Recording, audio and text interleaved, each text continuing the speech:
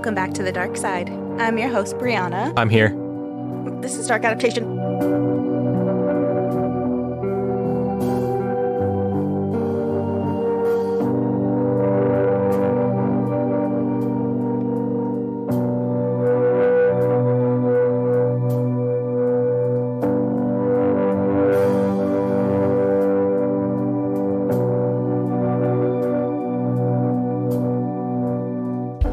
Episode's barely begun, and Dyson's already vomited in his mouth. It was a near vomit. It was close. I'll tell you what. I don't care if it was near or not. From here, it sounded foul. Oh, you picked up on that? Yeah. A straight gargle. Also, look, man, I had to carb up after the gym. All right? Yeah, this kid, he goes to the gym. Oh, he says he goes to the gym, but I think he just goes to meet Jim. And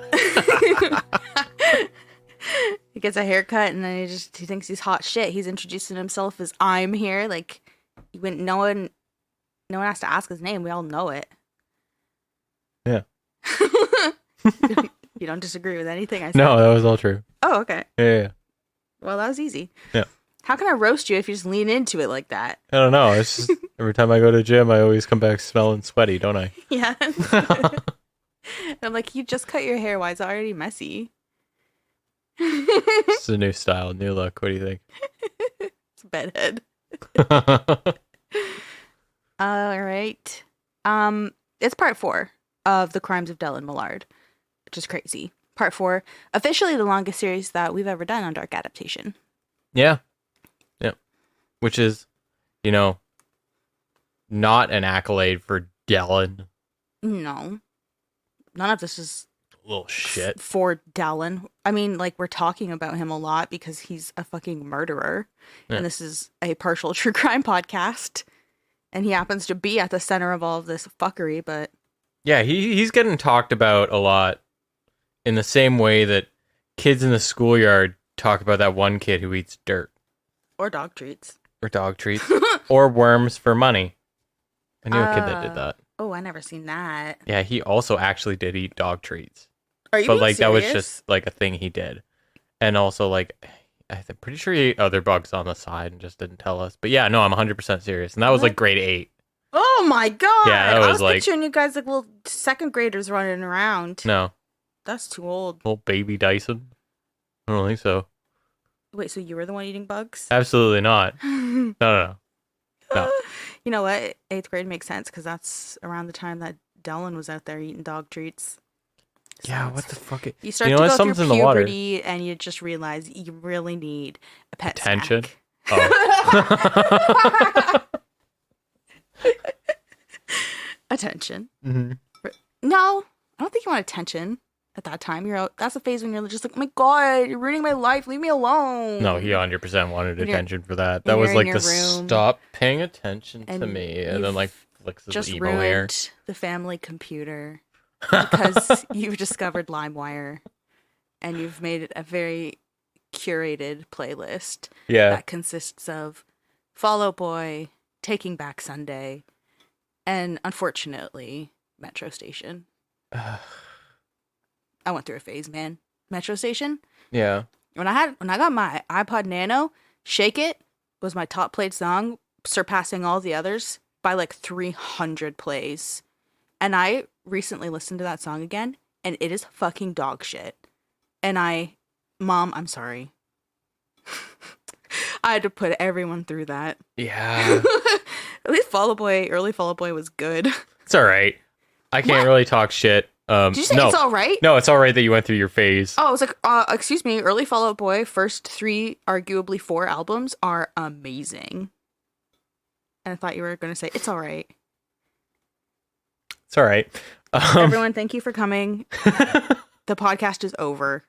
Yeah. I was going to say, I can't talk shit because I used to get hyped for like gaming nights and stuff by playing Skrillex Fight Night.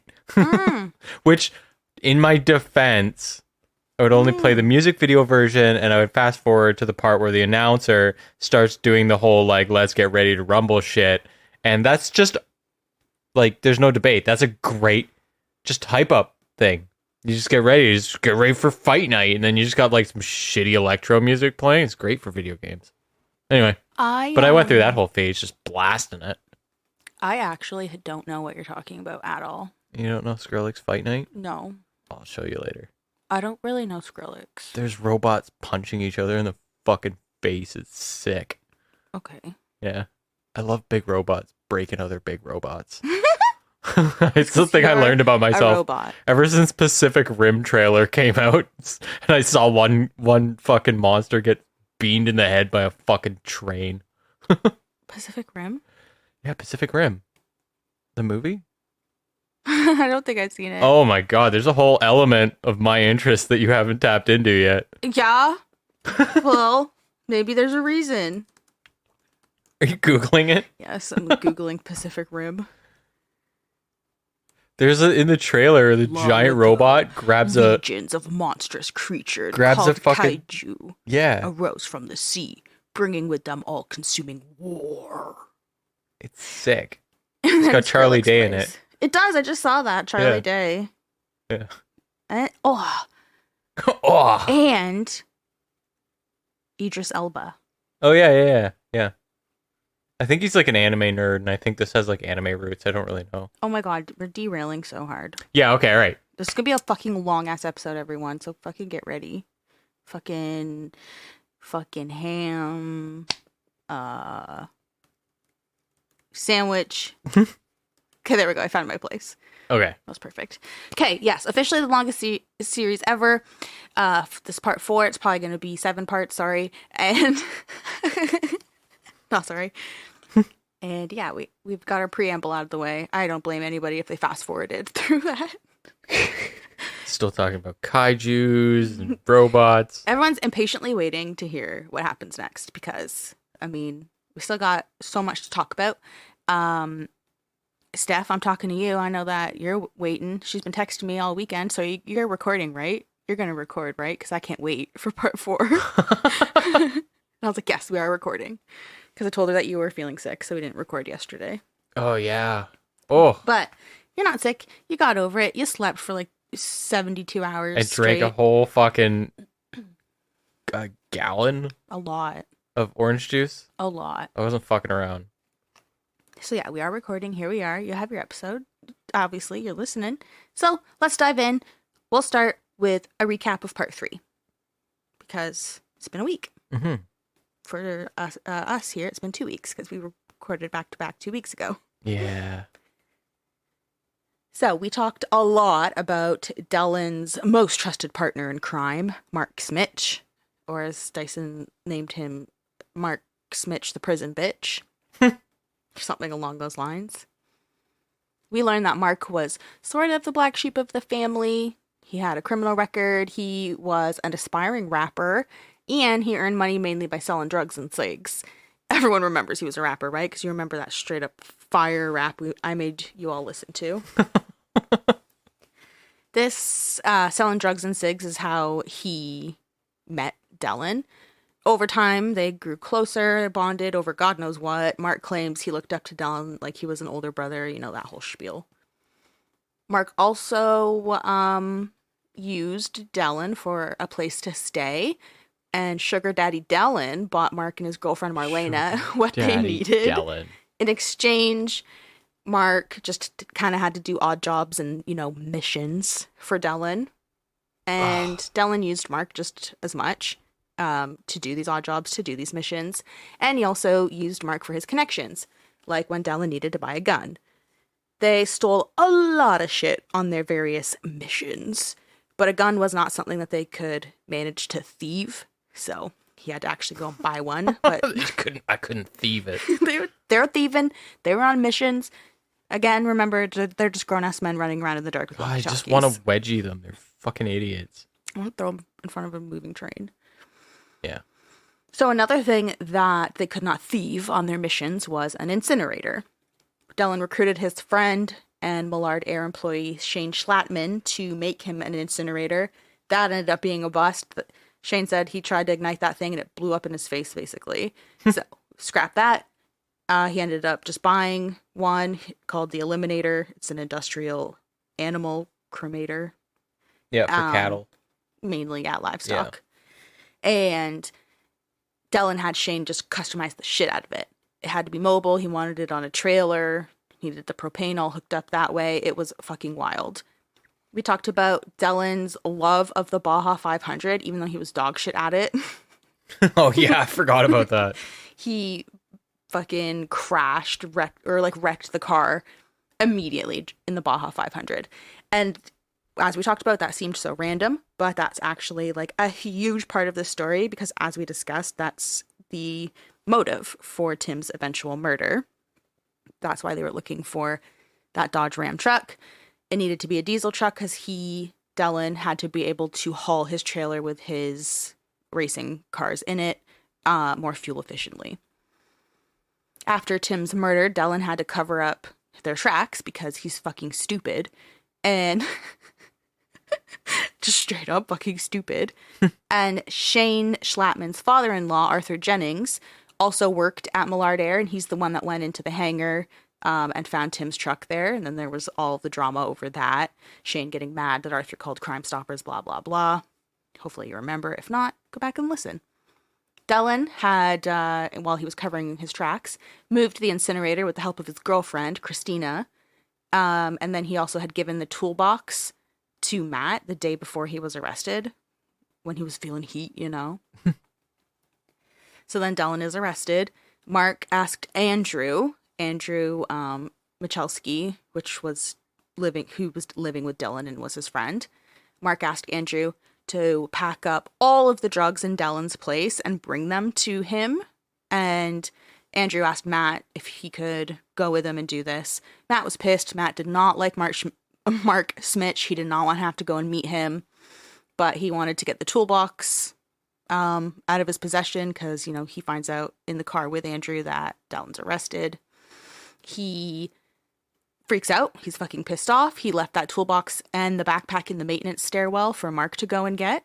And Mark did. He didn't get it. He actually sent one of his friends to go and get it. But he did end up with that toolbox. Inside, there was a gun.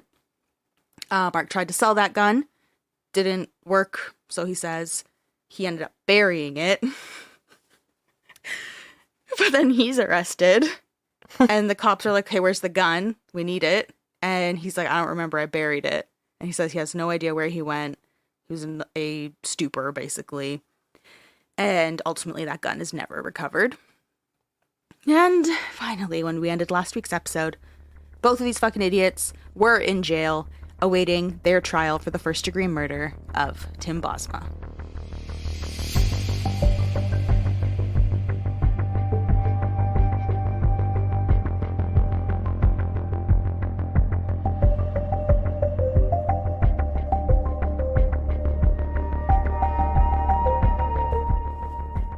As I had mentioned in part 2, when we were mainly talking about Dellen had, he was in solitary confinement or segregation or whatever the fuck they call it now in Canada at the Hamilton Wentworth Detention Center.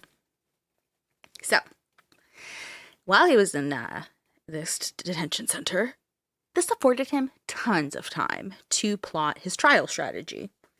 He would rehearse speeches to an imaginary jury, and he would write letters to Christina where he asked her thoughts on his strategy and what the best approach would be. He basically was just doing anything he could to seem in control and try and control the narrative as much as possible. That's just what he wanted to do. The letters are lame. There are spelling mistakes all over the place, and they are just so insufferable. Mm-hmm. So I was wondering why the TV just did that. An app updated. Oh. Shit. Okay. So these letters, so insufferable. One article I read said they were, quote, given to philosophizing. So, that's what you want from Dellen is prognosticating. Also in the letters, he uses a lot of like these and thous. Oh, no. Yeah. Yeah, okay. So he's just jerking off on the page, basically. Yeah. Like, he just has so much time on his hands that he's just like I don't know. I think it's just him. I think he's just a twat. So he writes like basically, woe is me. You know, he writes that he was treated like Hannibal Lecter when he first arrived, and he's all being a drama queen. So, you know, obviously I'm going to read you some quotes from these letters because y'all have to suffer with me. And then also it's kind of like offering a glimpse into his mind. So here we go. Obviously, I want the jury to believe I am not a murderer.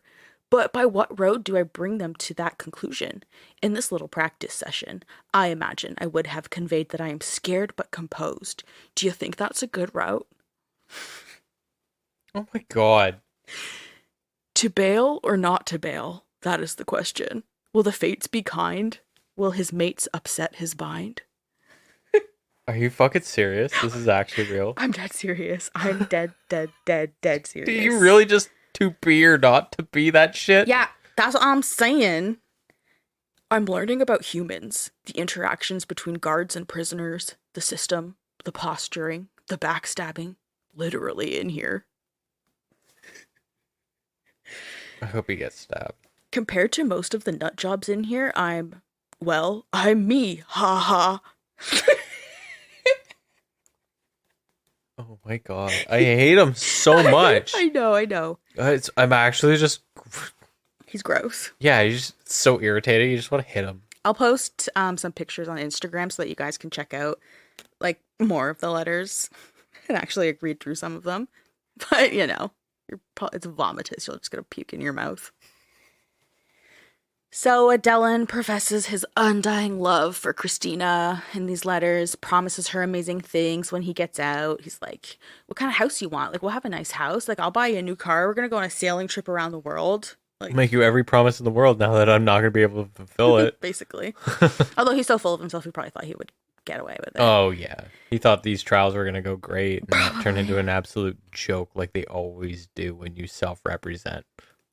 Yeah, he was not self-representing in this trial. Oh, no? Oh, okay. No. Oh, okay. No, he had a lawyer for this one. Oh, okay.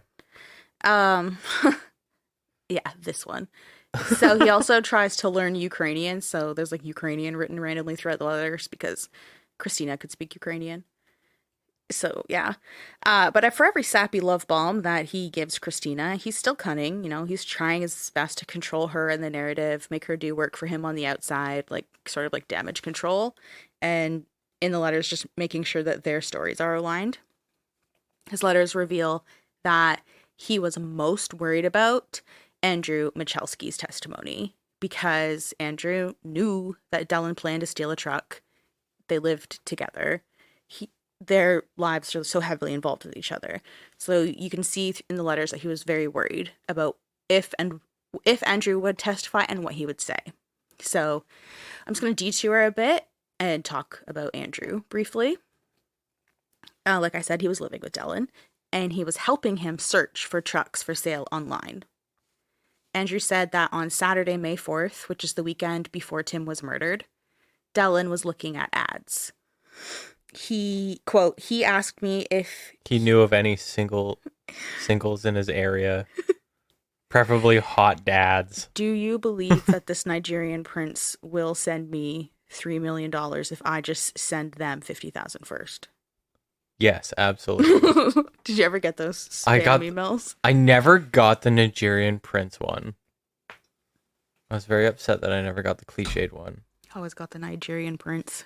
Give me 50,000 and I promise when I get my inheritance, I will repay you 3 million. My favorite's always the greetings, the overtly formal greetings you always get. And then as soon as like that's over, it's just spelling errors. It just falls apart. Random run-on sentences or like paragraph starting in the middle of a sentence. And the fonts change. And it's clearly copy and pasted. So many times. Yeah. So, yes, Andrew said on Saturday, May 4th, the weekend before Tim was murdered, that Dellen was looking at ads.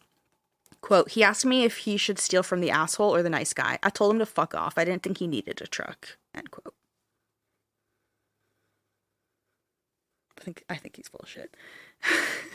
The next day, Mark and Dellen test drove one of the trucks in Toronto. This is the test drive that he went on with Igor, the made of concrete military guy. Mm-hmm. But they didn't end up stealing that truck because they were scared of Igor. Who was fucking Israeli spec ops. Yeah, like, but fuck then that. When he got back to the house, Andrew was like, "Oh, was your mission successful?" And they were like, "No, Mark was sick, so we couldn't go through with it." But they actually were both fucking scared. Yeah. But the following day was Monday, and that's when they go for the test drive with Tim. And they get back, and Andrew asked if this mission was successful, meaning, did you steal the truck? And Dellen said yes. As we know, Dellen was arrested 5 days after Tim's murder, and the whole, like, freak-out scenario unfolded with Andrew getting the drugs out of the house and over to Mark. And it turns out that a few days after Dellen was arrested, Andrew was also arrested and charged for Tim's murder.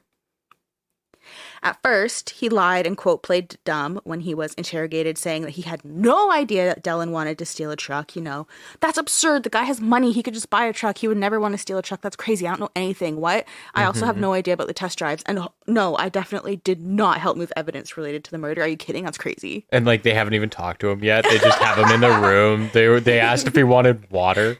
He just lied through his fucking teeth.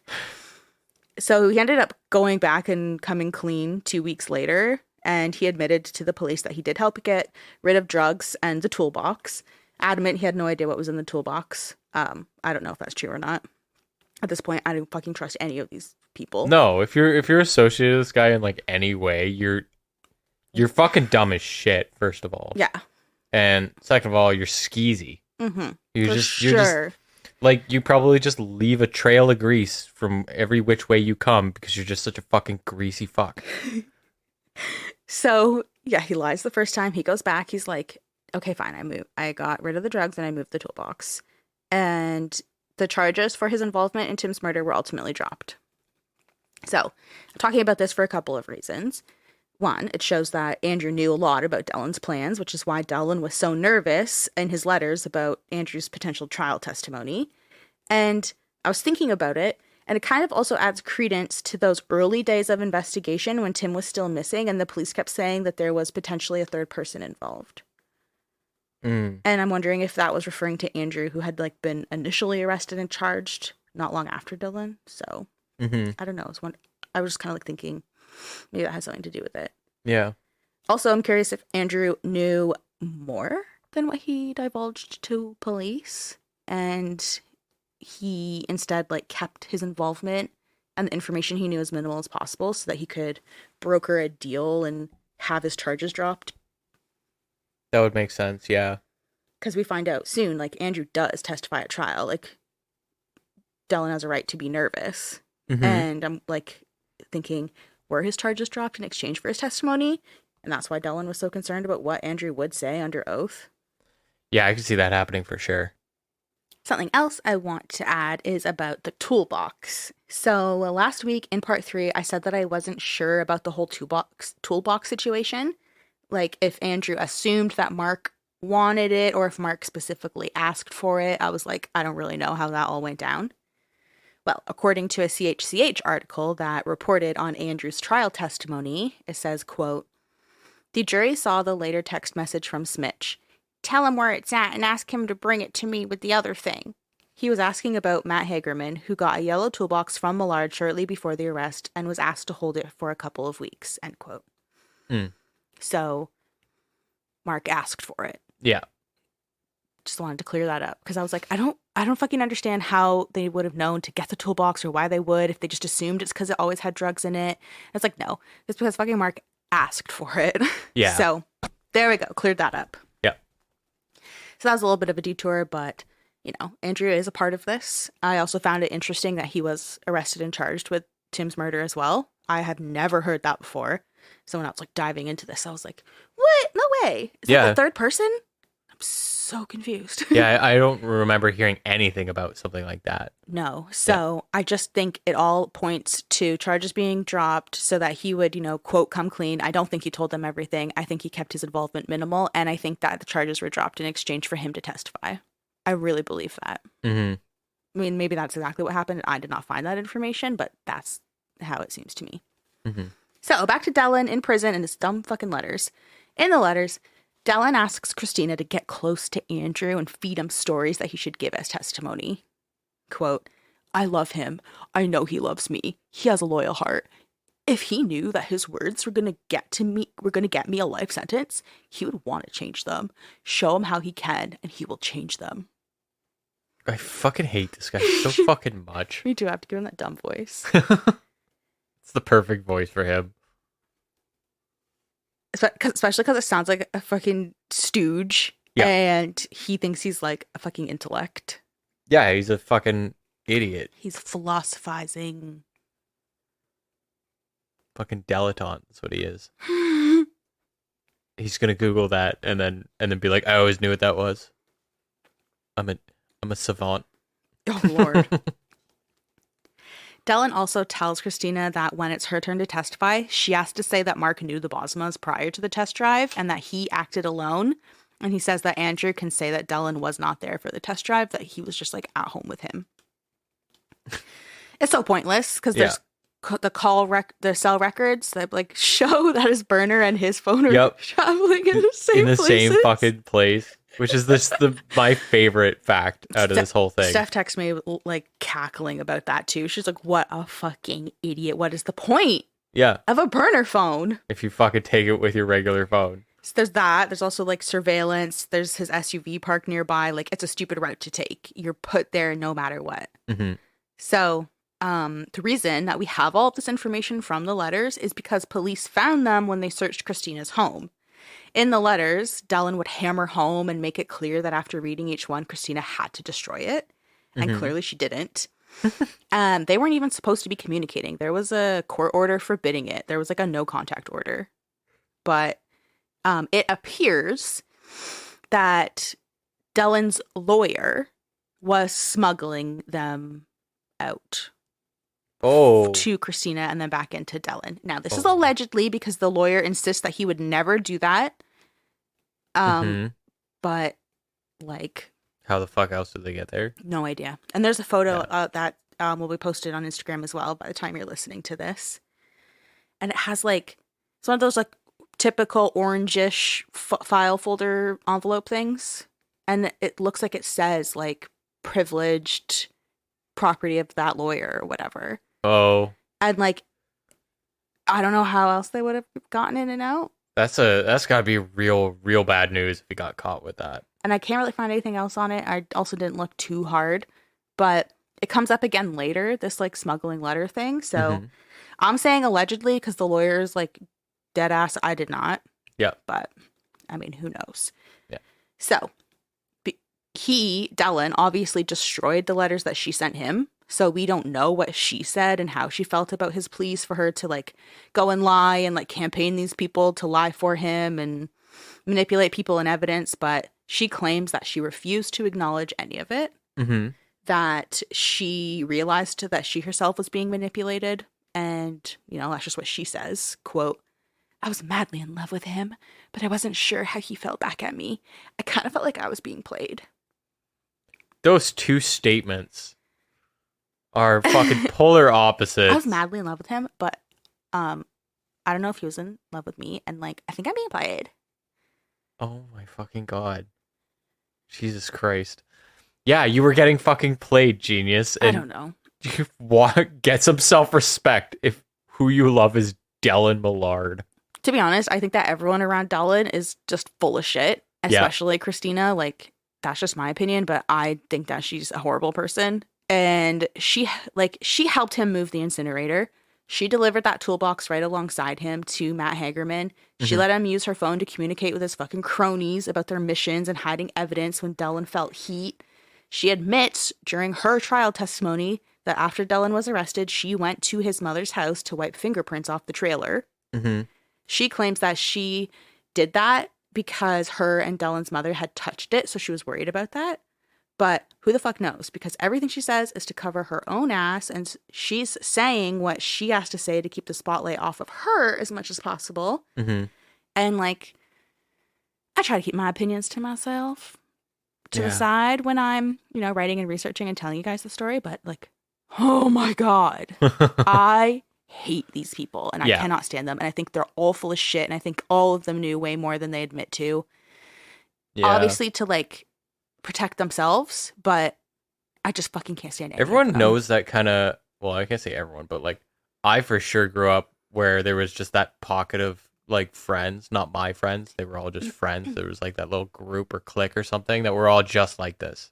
Yeah. Where they were just the fucking just skeeziest, like bottom of the barrel type people, dumb as shit. And the only thing that blows my mind is like that these guys were successful in manipulating anyone, because usually they're just so stupid they think they're managing it, and everyone is just transparently aware of how full of shit they are. Yeah.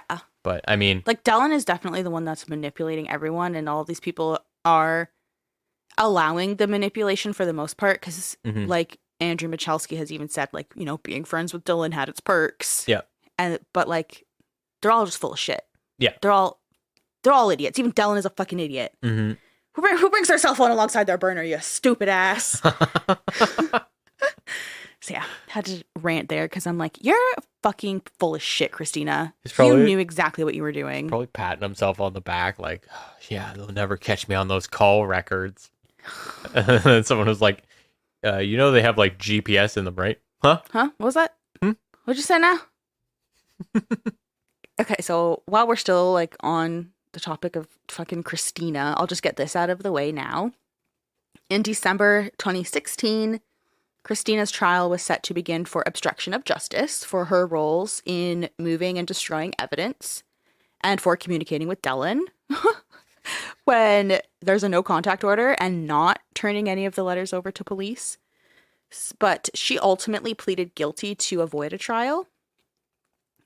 Quote, "The Crown and defense lawyers have petitioned the judge to give Nudga, that's her last name, a 1-year jail sentence, which, with credit for the 4 months she has already spent in custody, would mean no additional time in jail. The judge granted the request." So, okay. She, sort of was punished-ish for her role in all of this. Yeah. But I just thought I'd get that out of the way. I don't fucking like her. I noticed. I don't like any of these people. No, and I appreciate the way you still say Dellen. It's Dellen. I know. No. I mean, like, you can hear it in your voice, just how much you don't even want his name in your mouth. You're like, ugh. It's Dellen. And, like, a lot of people around him call him Dylan. Because Dellen is stupid. Yep. But it's spelt Dellen, and I'm fucking saying Dellen. Yeah, it's fucking Dellen. And also, you can say it with so much stank. Dellen. Yeah. Fuck you, Dellen. That's a bullshit. Like, oh, it's Dylan because Dellen's stupid. It's like, well, then. Oh, I just said that. Then it's fucking Tyson because Dyson is stupid. I just said because it's stupid. Like, I don't know if that's... People for sure do that. I've heard people just say Dylan. Dellen Millard, because they're like, oh, no, fuck that. Or people called him Dell, like I said before. But that he was named Dellen after his grandmother, Dell, and I don't think his grandmother deserved that. So no, absolutely not. And also, Dell is actually a lovely name. If it was just Dell, if it's a sweet little grandma, especially like Grandma Dell, that's adorable. She's a little processing computer of her. You know? She'd probably walk around with a fucking ancient old Palm Pilot, and that's adorable. I want that character.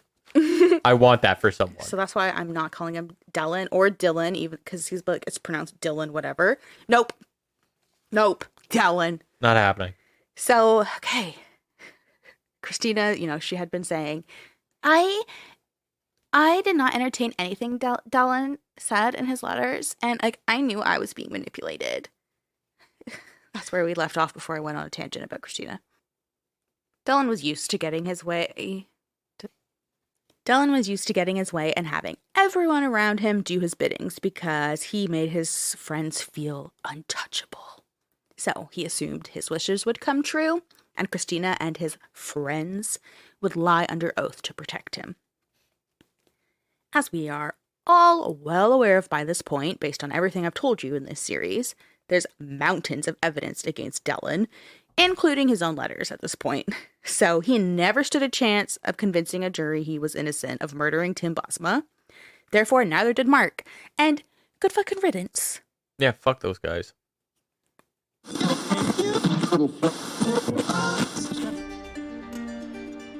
Oh, hi. Hello. It's Dom. And along with my co-host Amy, we are the hosts of Horror House, True Crime, and The Macabre. If, like us, you have a morbid curiosity with true crime, the paranormal, cults, and more, then our show may just satisfy your curiosities. We release episodes on Fridays and bonus episodes every other Wednesday. You can listen to us wherever you find your podcasts, and you can also find us on Instagram at horrorhouse_pod. So, all that's left to say is, until next time, my friends, stay spooky.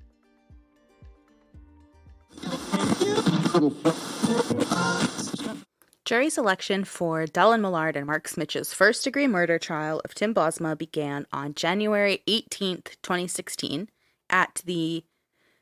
okay, I tried to look up this last name, and it was not helpful. But you lived in Hamilton, so maybe you'll know how to say it. Okay. At the John Sopinka Courthouse?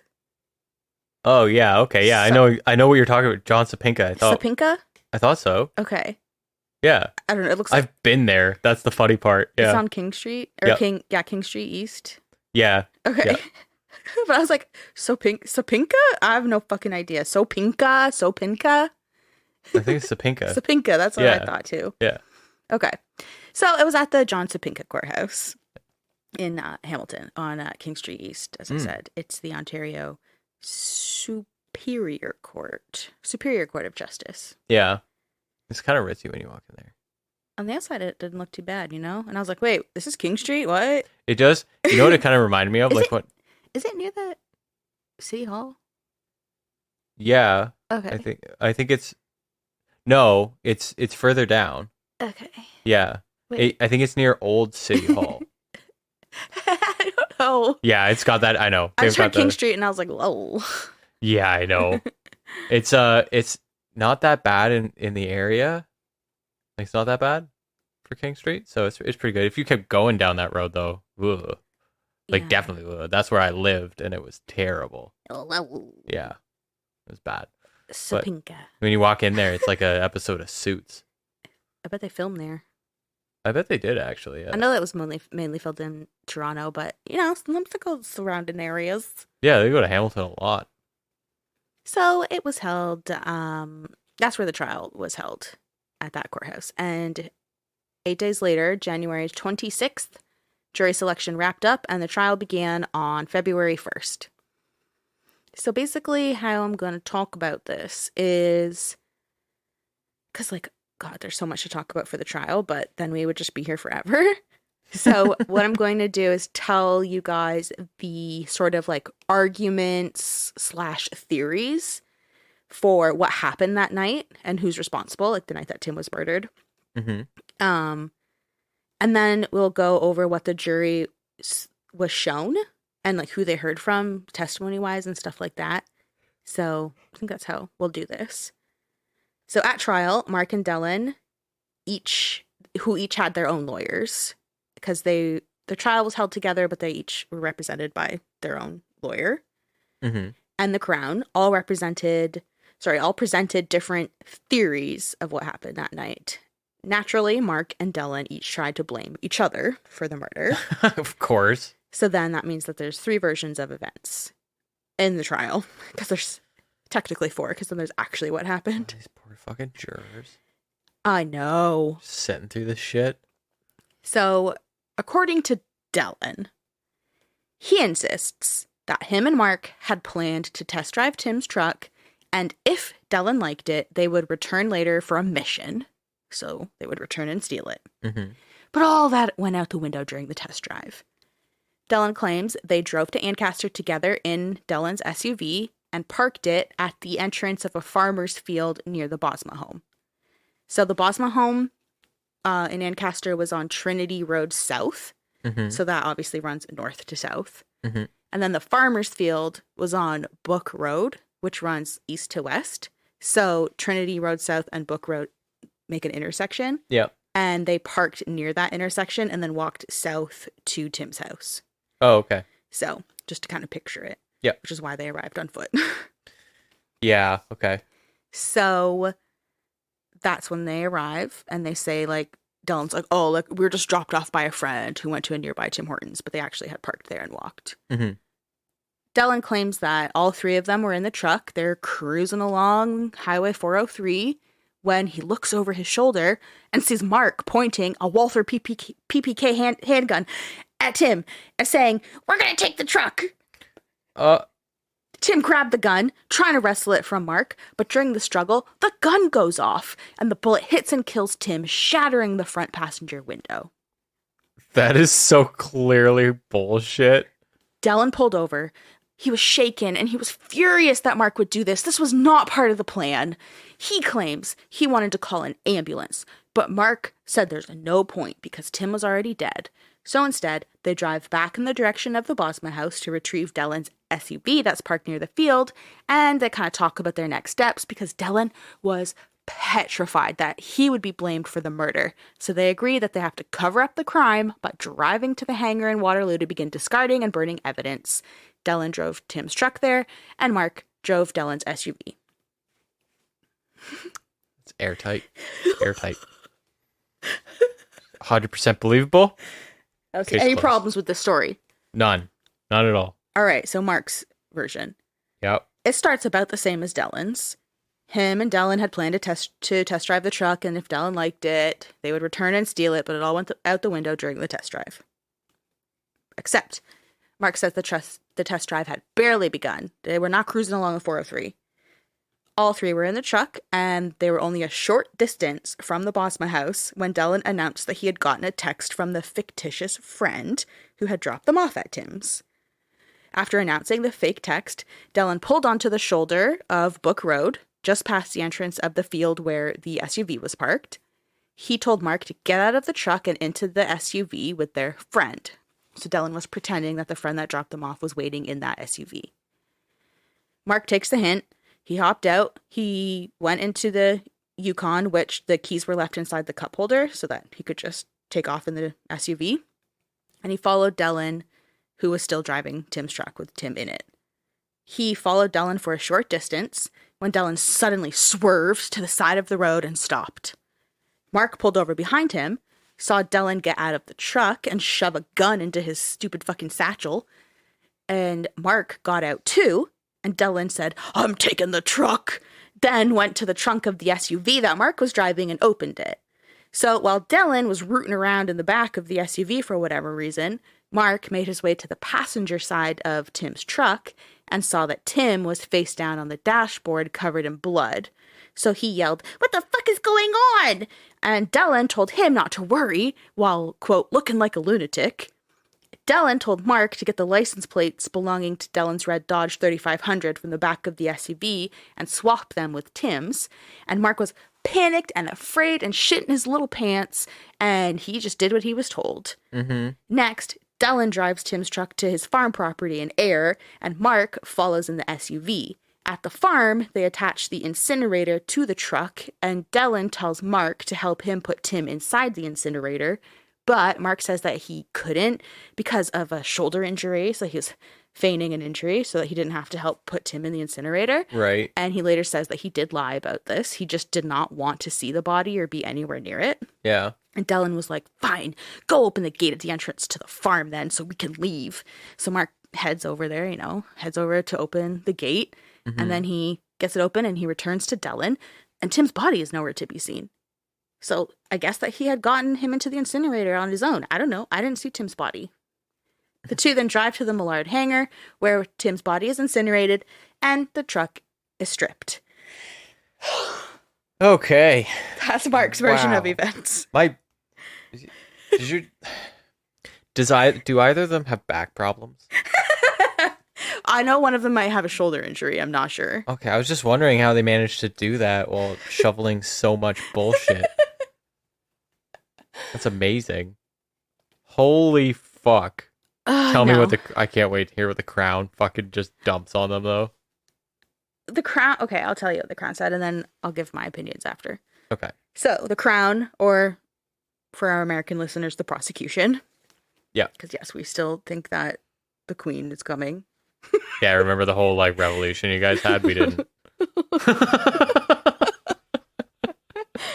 The British are coming. Okay. So the Crown dismissed the idea that the plan was to scope out the truck and steal it later. They argued the plan all along was to murder Tim and take the truck, which I will agree with. Mm-hmm. Right. The Crown agrees, and no one really disputes this, that all three men were in the truck for the test drive. Dellen driving, Tim passenger seat, Mark back. That's pretty much accepted. Yeah. Dellen drives up Trinity Road South, so away from the Bosma house, turns right onto Book Road, which is where the SUV is parked, and immediately pulls off. Dellen and Mark force Tim out of the truck and into the field and shoot him and kill him. The two drive to Dellen's farm in air. Dellen in the truck and Mark in the SUV. They pick up the incinerator and they burn Tim's body at the Waterloo hangar. Now, the Crown acknowledged that it is impossible to know for certain what happened that night, but the whole point is that it's a fact that Dellen and Mark were there and are responsible. So regardless of what happened, we can say for sure Dellen and Mark were there. That's the argument they're making. That's interesting that they said that they marched him out into a field. So that's what I meant when I was like, I'll give you my opinion after. Yeah. Because there's obviously problems with Dellen and Mark's story. Yeah. But I think there's a problem with the Crown's presentation as well. Mm-hmm. And that's why I'm saying, like, the whole point they're trying to make is that it doesn't really matter what happened. They're responsible. Yeah. So I think they were just trying to really be dramatic and paint this horrible, like, execution style murder, which is probably effective, but it's already horrible. You don't need to paint that. Yeah. And if you look at the evidence, Tim 100% died in the truck. He was not taken from it. He wasn't shot in the field and then put back in the passenger seat. Like, that's ridiculous. Yeah. The passenger side window was shattered, which lines up with a left-handed person holding a gun in the driver's seat, and Dellen's left-handed. Mm-hmm. And there's gun residue found inside the truck all over the place. There was a shell casing found in the truck behind Dellen's seat, which, if he was holding the gun, lines up with the trajectory a casing would take once a bullet was fired. Mm-hmm. And they also stripped the truck.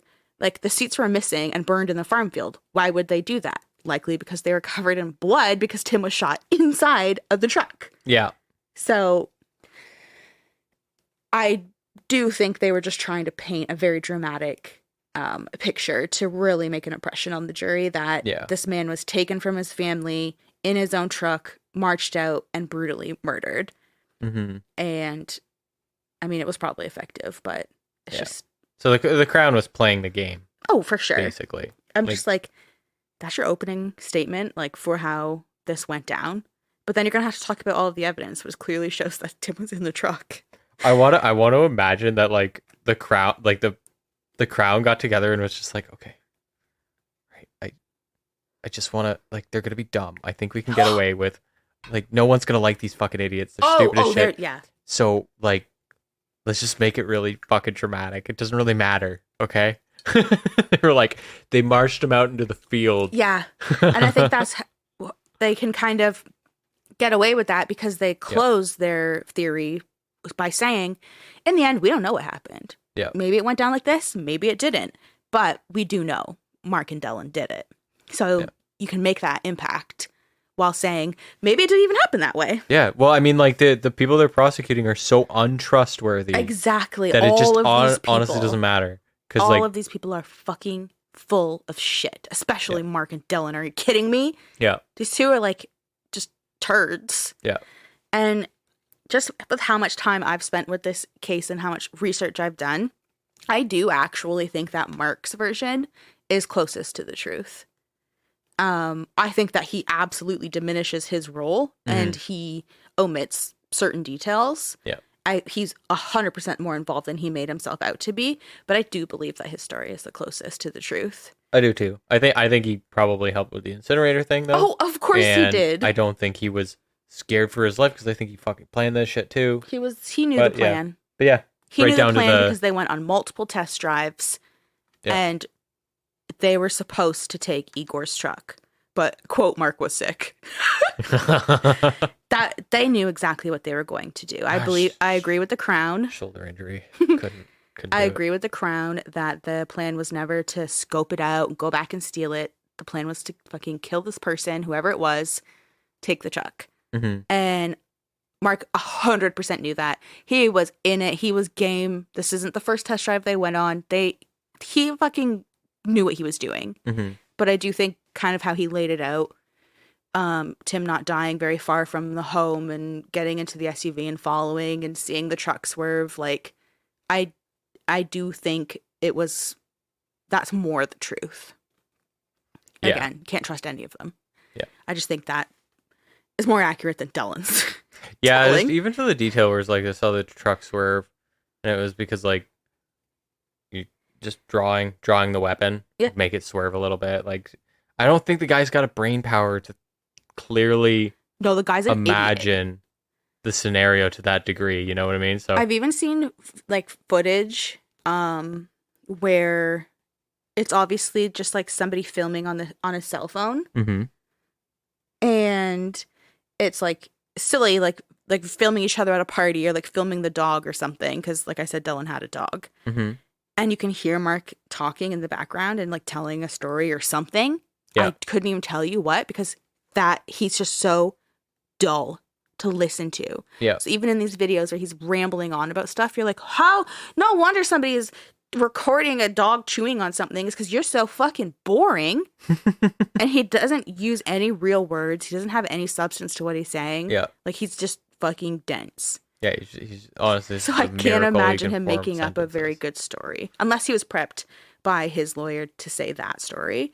That's also possible. Yeah. Again, we literally cannot trust anything any of these fucking idiots are saying, but... Mm-hmm. So those are the three versions of what happened. During the trial, the Crown also contended the gun used to kill Tim was the Walther PPK, the James Bond handgun. Yeah, ever since you said what that was, like, I actually can't take it seriously because anymore. he's going on missions. I He know, needed he's a going James on- Bond gun. And thieving. I would stake my life on that. So, anyway, the James Bond gun.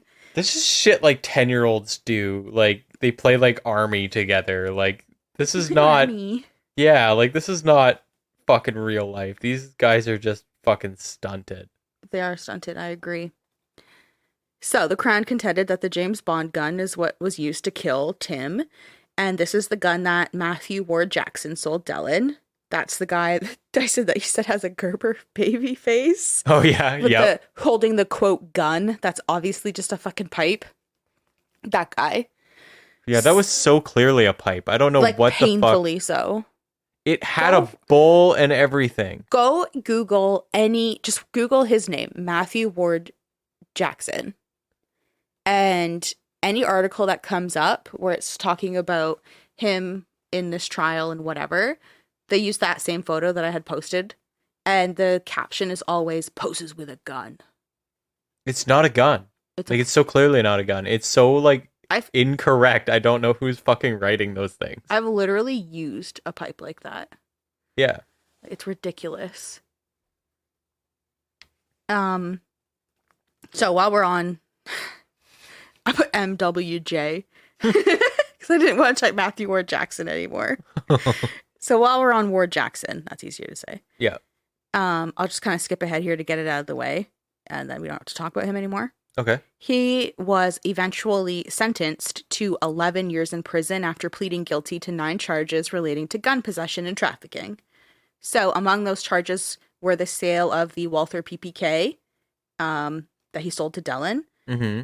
And he actually sold a second gun to Dellen. He sold a .32 caliber Smith & Wesson revolver. So Dellen bought 2 guns from Ward Jackson, and just put a pin in that. Okay. Ward Jackson was already incarcerated for a different conviction at the time of the new sentence, so credits were applied to his sentence, and it was changed from 11 years to an additional 3 years, 7 months, and 2 weeks instead. So, you know, he's just live about that life, you know? I don't know. I don't know what to say about it. He got his, I guess. Yeah.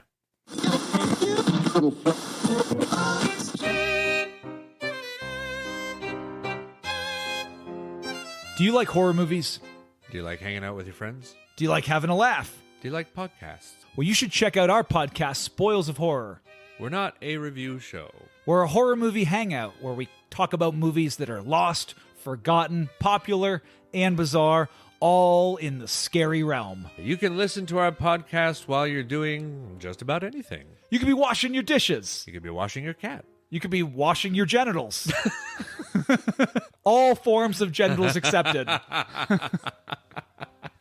We are a fully inclusive genitalia show. Yes, we are the #1 ideal podcast for washing your genitals. Our genital Yelp reviews are unsurpassed. 5.5 stars. You don't want to know where that half came from. That's, Now that you know that, check us out on all major platforms. you can search for Spoils of Horror on all social media sites Come and hang out with us. We'd love to see you. and your genitals. Bye.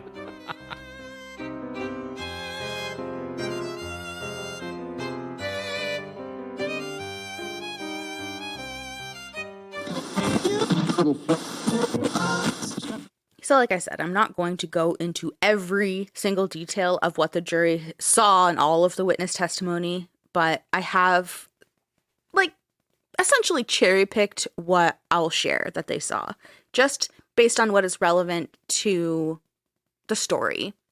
Like, it's all relevant, but you know what I mean. Like the main pieces.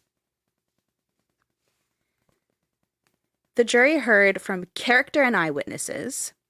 They saw cell phone records, viewed surveillance footage that pieced together Dellen and Mark's movements that night, photos related to Tim's truck, including the stripped interior, blood stains, the shattered front passenger side window, and a photo of Dellen's key ring that had Tim's truck key on it.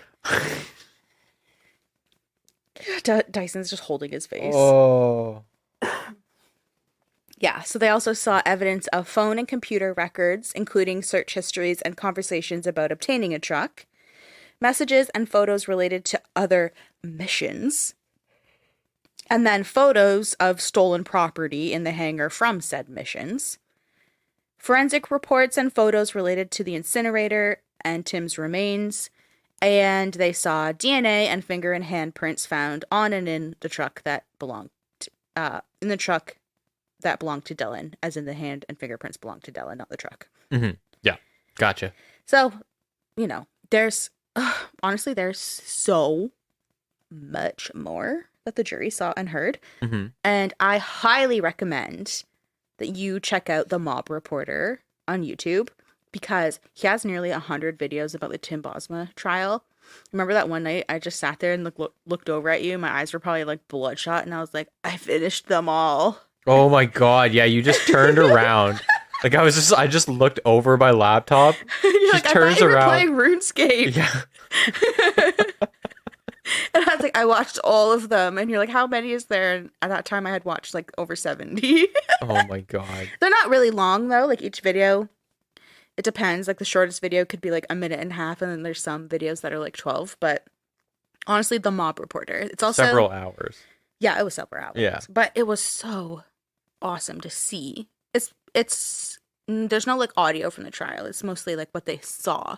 Mm-hmm. So some photos and stuff like that, but it was just awesome to see. And The Mob Reporter on YouTube.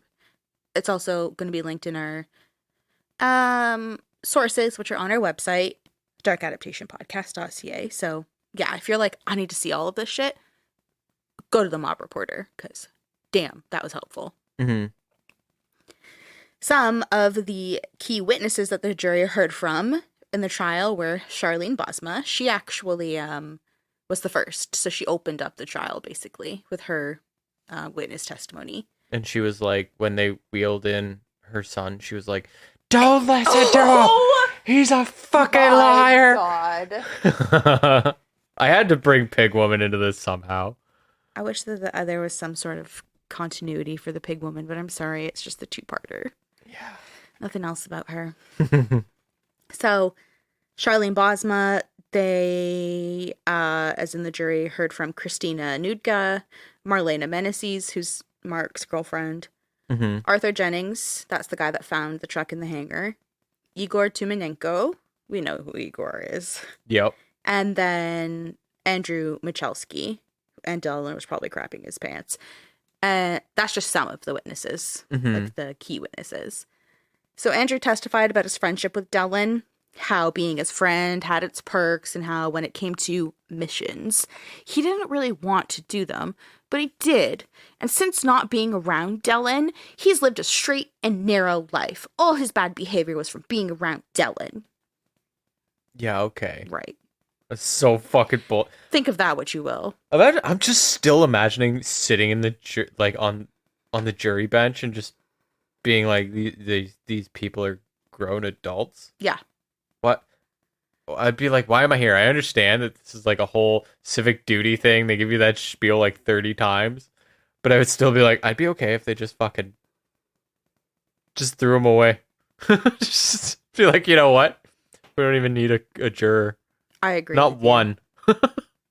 I agree. Sorry, I was doing math in my head because I was trying to figure out how old they would have been. And at this point, Dellen would have been like 31.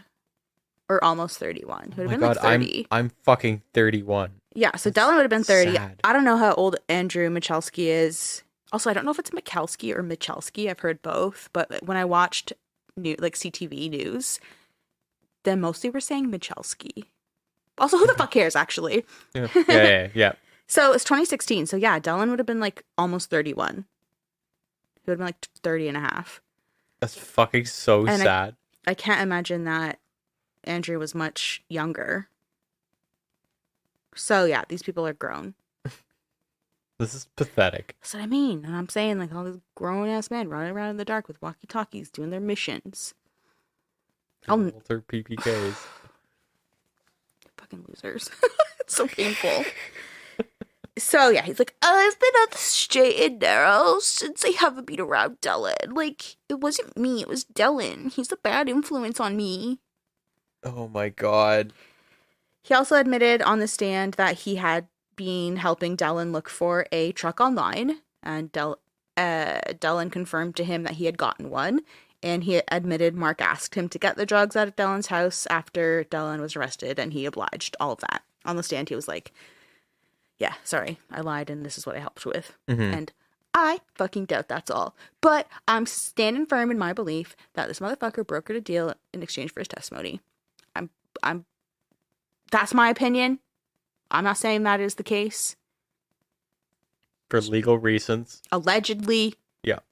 In the words of Stephanie Harlow, allegedly, that's my opinion. Don't come for me. Yeah. Andrew agreed under cross-examination that he lied when he was first interviewed by police, but it was because he was trying to protect Dellen because his best friend, like, he loves him. So it's like, were you trying to protect Dellen, or do you think Dellen's a piece of shit who you had to just go on these missions for because for whatever reason, and he's a bad influence, or did you try and protect Dellen because you love him? Like, I don't understand. What is it, Andrew? Andrew, what is it? The trial lasted from February 1st to June 13th, 2016, so the trial was over 4 months long. The jury was sequestered and reminded that the trial was for the first-degree murder of Tim Bosma, but jurors were given the options of convicting Dellen and or Mark of second-degree murder or manslaughter. So there was options on the table. With that, deliberations began. They deliberated for 4 days, and during those 4 days, there was a huge outpouring of support to Charlene and the rest of Tim's family. Several of Tim's friends and relatives had attended every single day of the court proceedings, so they were there every day for over 4 months. Wow. To attend this trial. So people from the church, locals, and then just people who were, like, straight up, like, captivated by the case posted up outside the courthouse to support the family and wait for the verdict. On June 17th, Dellen and Mark were convicted of the first-degree murder of Tim Bosma and ultimately sentenced to life in prison with no parole eligibility for 25 years. That's just That's standard in Canada. If you get life in prison, you're automatically eligible for parole after 25 years. Mm. So that means that they would be eligible for parole in 2038. They immediately filed separate notices to appeal their verdicts, citing a bunch of shit, but mainly charter violations and evidence that should have been left out because it had potential to sway the jury. So, off the top of my head, the main thing was that they argued the jury should not have been privy to information about the missions and photos related to stolen property because they argued that had nothing to do with the murder of Tim Bosma, which is stupid because the whole point is that even in their own defense, when they were saying what happened that night, they were saying they went there to scope out the truck to steal it later, which was a mission. Yeah. So it's just grasping at straws. But like they're saying, oh, they shouldn't have been privy to all of that. But like literally, you even said that it was a mission. Mm-hmm. Yeah. So it has absolutely everything to do with it. Yeah. Missions. Jesus Christ. Okay. God. After hearing the guilty verdict, people were elated, including Igor, who told the Canadian press he was truly sorry for the Bosma family and that he prays for Tim every single day. He also said that since he found out Tim was murdered by the same men who test drove his truck literally the day before, he has a renewed love and appreciation for life. And every year on May 5th, which is the anniversary of the test drive he took with fucking Dellen and Mark, he celebrates his, quote, rebirth with his wife and children. Oh. So every single year, it's like a time that he gets together with his wife and kids and just basically thanks the fucking Lord that he's Still here. And it wasn't him. And during that process, he prays for Tim as well because he's like, it's fucked up. Yeah. Like, I count my blessings every single day, but it's not fair. Yeah. So I just thought that was interesting. And also, like, Igor making people sick, quote unquote. No, we didn't steal the truck. Mark was sick. You can't make this shit up. This is like Spec Ops. So they're like, no, I was sick. Also, I didn't chicken out. Let's take a moment to appreciate my depth of research. Yeah, I know. To the point where you got into that. Patting myself on the back. Okay. Yeah, good job. Igor was fucking pumped, you know? He's like, thank the Lord these two pieces of shit are behind bars. But no one was more elated about the verdict than Charlene Bosma, who immediately addressed the media with a speech about how happy they were for the verdict after waiting over 3 years for justice and after attending the proceedings every single day for over 4 months.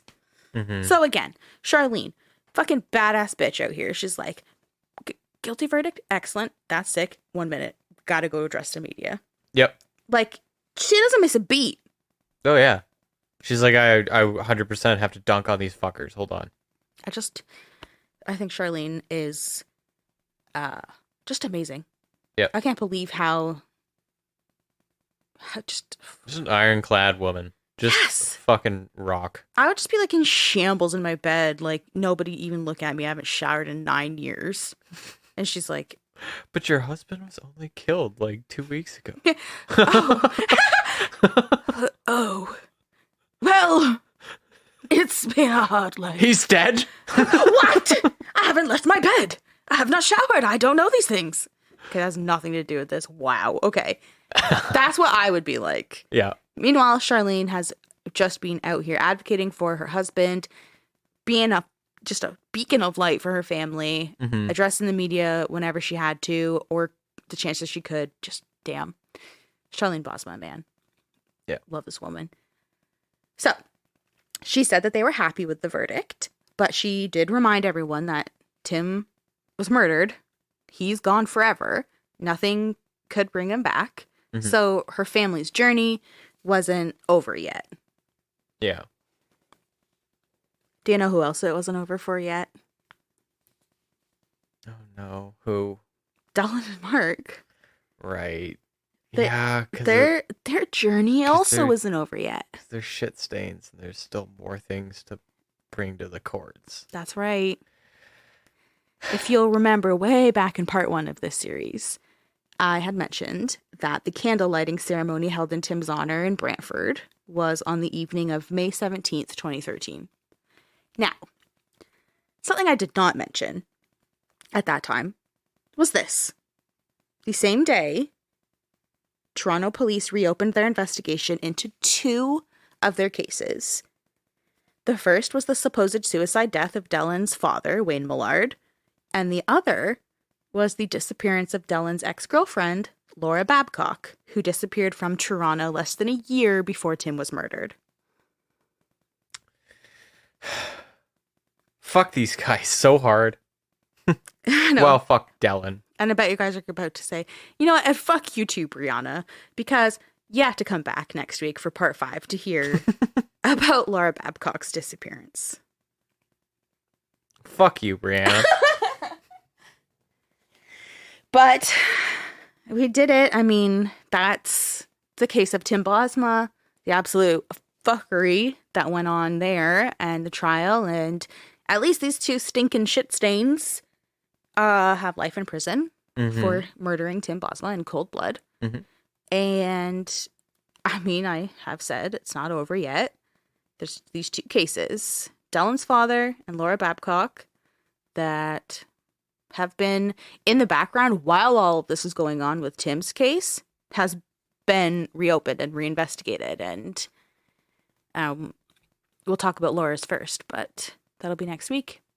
And I don't know. Dyson, you got anything you want to say? Well, we can go back on to like I was trying to say about Pacific Rim. I just really... Oh my god. You don't want to hear it? Is this because when we were off mic, I called you out on the fact that Pacific Rim came out in 2013, and I was talking about my phase, which was like 2007, so I was like, fuck you, 12? And you said, I know, I agree, I had a phase too, in 2013 when you would have been 21? Is that what you want to talk about? I mean, not that part specifically. Mainly just the robots. When we were off mic, I went back to my browser where I had opened it to Google Pacific Rim because, like I had said, I was like, I don't think I've heard of this. And then I saw that it came out in 2013, and I was like, Dyson, this was released in 2013. I was going through it with Metro Station in 2007. Yeah. And you're like, that's why I said I couldn't say anything. I have many phases. I'm like the moon. Good lord. Okay. Do you have anything to say about this case? No, good job about covering it. And I didn't really know much about the Tim Bosma case at all. So I feel like I've got like an actual like masterclass through it. And I fully understand it now. And I appreciate that. And you also went so fucking far down the fucking rabbit hole on so many details. Well, thank you. Yeah. I'm not done yet. We're not done yet. We still got 3 more parts. And next week I'll take you down the rabbit hole for Laura Babcock's disappearance. And throughout this episode, I've mentioned different, posts I'll make on Instagram with pictures. That's Dark Adaptation Podcast on Instagram. So make sure you follow us there to see photos related to the case. And I had also mentioned some sources, mainly the Mob Reporter, which I just so recommend you go and subscribe to his channel because he's got a lot of stuff. Way more than just like to Tim Bosma trial stuff. Those sources are available on our website, darkadaptationpodcast.ca. When you're there, you just go up into the little left-hand corner. You could buy us a coffee to show how much you love us in the show. You could check out some merch. We still got those patches, and they're fucking sick. And thank you for tuning in, and we'll catch you on the dark side for part 5. Bye-bye.